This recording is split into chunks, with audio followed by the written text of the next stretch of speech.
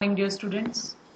In our last lecture, we have derived a very important equation for the real gases, that is Van der Waals equation. And this is the expression of Van der Waals equation where P plus AN square by V square into V minus NB is equal to nRT. Here A and B are known as the Van der Waals constant. This equation is also known as the equation of state for the real gases, as it is obeyed by the real gases over wide range of temperature and pressure.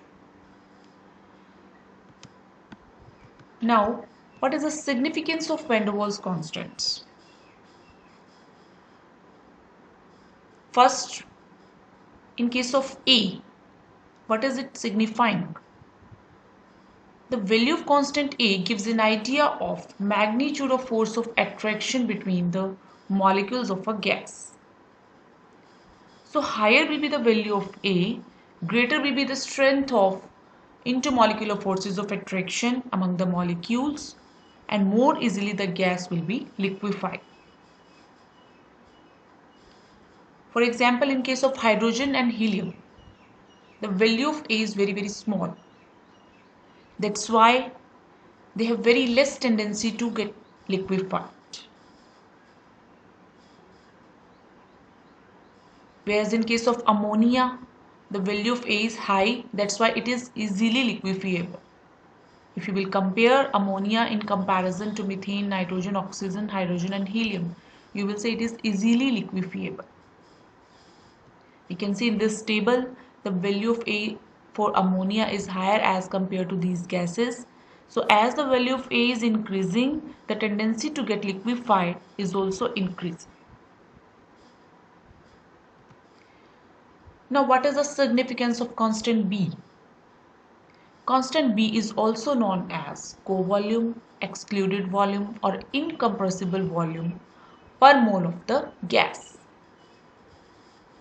So it will give us a measure of effective size of gas molecules. You will see it remains constant over a large range of temperature and pressure, which indicates that the gas molecules are incompressible in nature. So what is the significance of B? It is giving us the effective size of gas molecules and telling us about the incompressible nature of the molecules.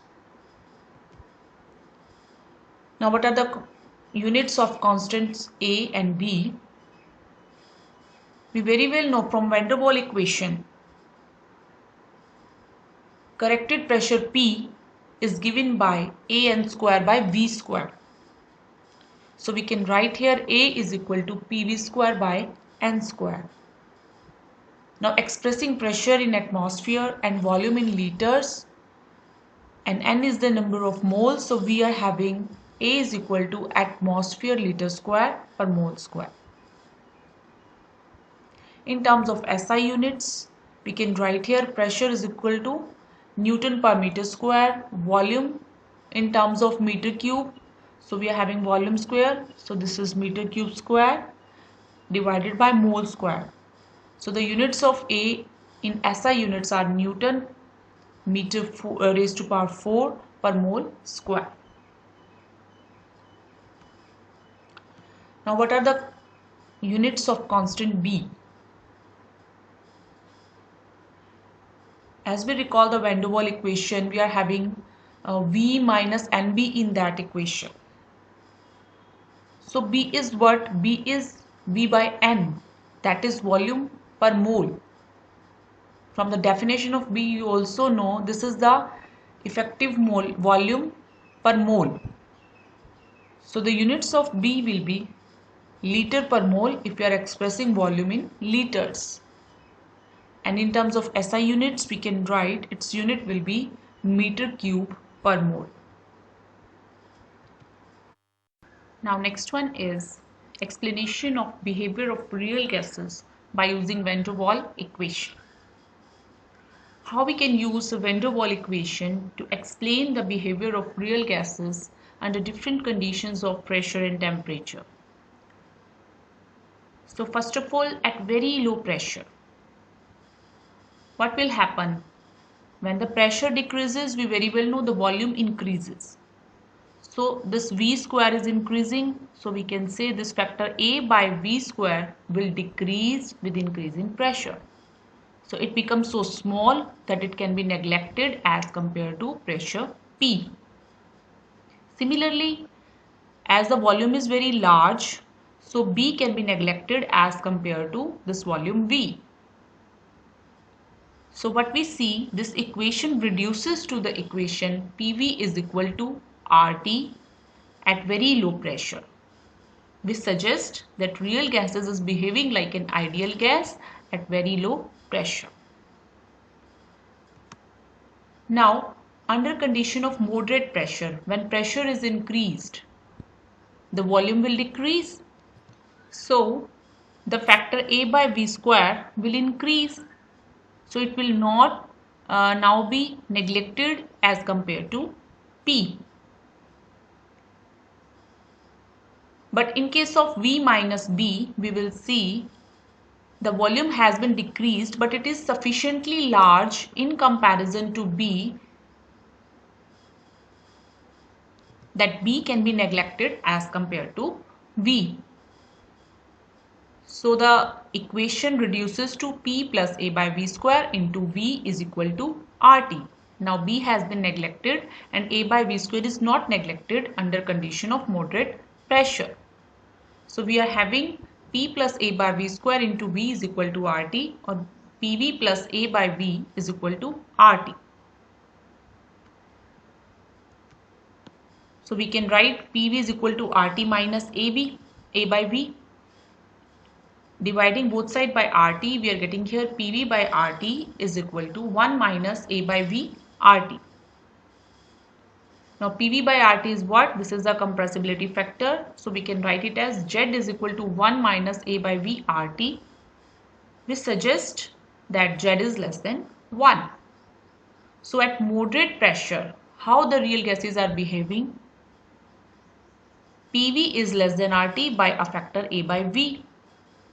It means PV is decreasing and we are seeing here Z is less than 1 under moderate pressure condition. So now if we will increase the pressure under condition of moderate pressure condition, as you are increasing the pressure, this factor V will decrease. So A by V will increase. A by V will increase, it suggests PV will decrease. So under condition of moderate pressure, PV is decreasing with increase in pressure, which we have already seen in the curves where we are getting minima in case of real gases under condition of moderate pressure. The PV decreases with increase in pressure when the range is moderate pressure. Similarly, we can say in terms of Z will decrease as the pressure is increased at moderate pressure. So this explains why a dip in the plots of PV versus P or Z versus P is observed in case of real gases. Now next one is at high pressure. At very high pressure, what will happen? Volume will become so small. So B can now no longer be neglected as compared to V. But what about A by V square? As the pressure is very high, on increasing this pressure, volume is decreasing, so this factor will increase. But pressure is so high that it can be neglected in comparison to P. We can neglect this A by V square in comparison to P. The reason being pressure is so high. So what we are getting here from van der Waals equation, P into V minus B is equal to RT, or we are having PV is equal to RT plus PB. Dividing both sides of the equation by RT, we are getting here Z is equal to 1 plus PB by RT, or we can say Z is greater than 1 under condition of very high pressure. Moreover, as you will increase the pressure in this range, in the high pressure range, when you are increasing the pressure, what will happen? PV will increase. PV will become greater than RT. Z is greater than 1. So there will be increase in the slope of the curve, increase in the Z, increase in the PV with increase in the pressure at high pressure range in case of real gases.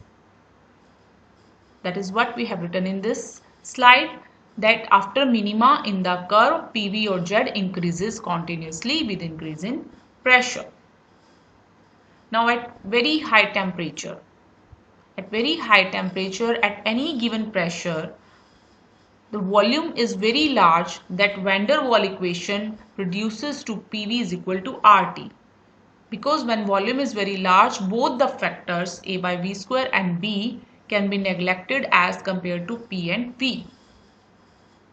That's why the van der Waal equation reduces to PV is equal to RT. So at very high temperature, real gases will behave like an ideal gas. Now, next one is the exceptional behavior of hydrogen and helium. We are seeing that in case of hydrogen and helium, PV is continuously increasing with increase in pressure. So what is the reason behind that? In case of hydrogen and helium, they are having very small masses. That's why the intermolecular forces of attraction are very small even at very high pressure. The value of A is very small in case of hydrogen and helium because of their small masses. So value of A is very small, that's why this factor is negligible at all pressures. So we can write the van der Waal equation as P into V minus B is equal to RT. From this we are getting PV is equal to RT plus PB. So this explains why the hydrogen and helium show positive deviations only. Means PV is continuously increasing with increase in pressure over an appreciable range of pressure. So the exceptional behavior of hydrogen and helium is due to what? Due to their small masses, or you can say due to very weak intermolecular forces of attraction among the molecules. Because of that, the value of A is very small for hydrogen and helium.